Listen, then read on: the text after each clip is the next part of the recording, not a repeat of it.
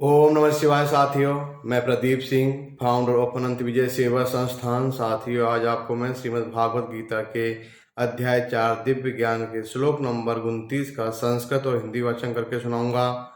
तो श्लोक नंबर 29 है, अपाने जुहवती प्राणम प्राणे अपानम तथा परे प्राणापानगतिरुद्ध्वा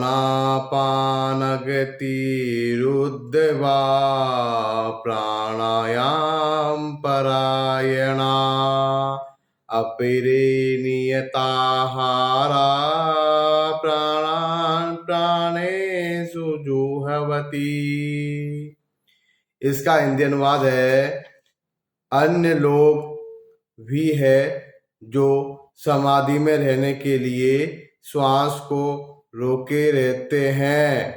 वे अपान में प्राण को और प्राण में अपान को रोकने का अभ्यास करते हैं और अंत में प्राण अपान को रोककर समाधि में रहते हैं।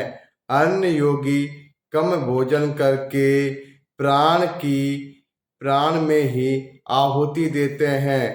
तात्पर्य है, श्वास को रोकने की योग विधि प्राणायाम कहलाती है।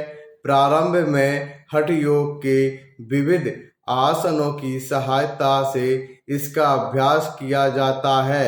ये सारी विधियां इंद्रियों को वश में करने तथा आत्म साक्षात्कार की प्रगति के लिए संस्तुत की जाती है। इस विधि में शरीर के भीतर वायु को रोका जाता है जिससे वायु की गति की दिशा उलट सके। अपान वायु निम्नगामी है और प्राण वायु ऊर्ध्वगामी है।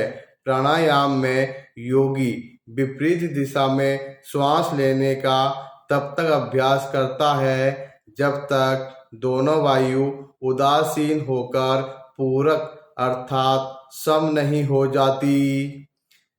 जब अपान वायु को प्राण वायु में अर्पित कर दिया जाता है तो इसे रेचक कहते हैं।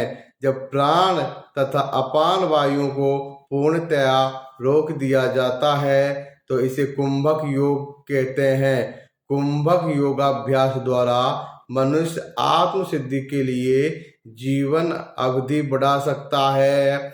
बुद्धिमान योगी एक ही जीवन काल में सिद्धि प्राप्त करने का इच्छुक रहता है। वह दूसरे जीवन की प्रतीक्षा नहीं करता। कुंभक योग के अभ्यास से योगी जीवन अवधि को अनेक वर्षों के लिए बढ़ा सकता है, किंतु भगवान की दिव्य प्रेमा भक्ति में स्थित रहने के कारण कृष्ण भावना भावित मनुष्य स्वतः इंद्रियों का नियंता बन जाता है। उनकी इंद्रियां कृष्ण की सेवा में तत्पर रहने के कारण अन्य किसी कार्य में प्रवृत्त होने का अवसर ही नहीं पाती।